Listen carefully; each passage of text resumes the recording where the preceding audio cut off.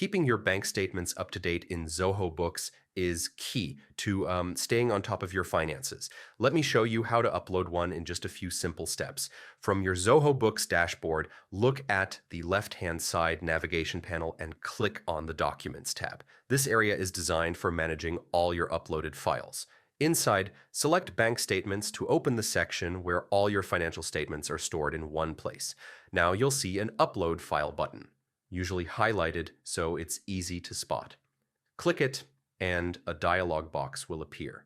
Choose the bank statement you want to add, making sure it's in a supported format like PDF or CSV. Take a quick moment to confirm you've picked the correct file before uploading. Once you confirm, Zoho Books will process the statement and integrate the data into your account. Depending on the file size and your internet speed, this may take a few moments.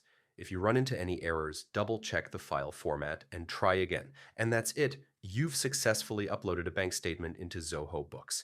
Keeping this section updated will give you more accurate insights into your finances and make reconciliation much easier. If you found this helpful, be sure to subscribe for more quick Zoho tutorials.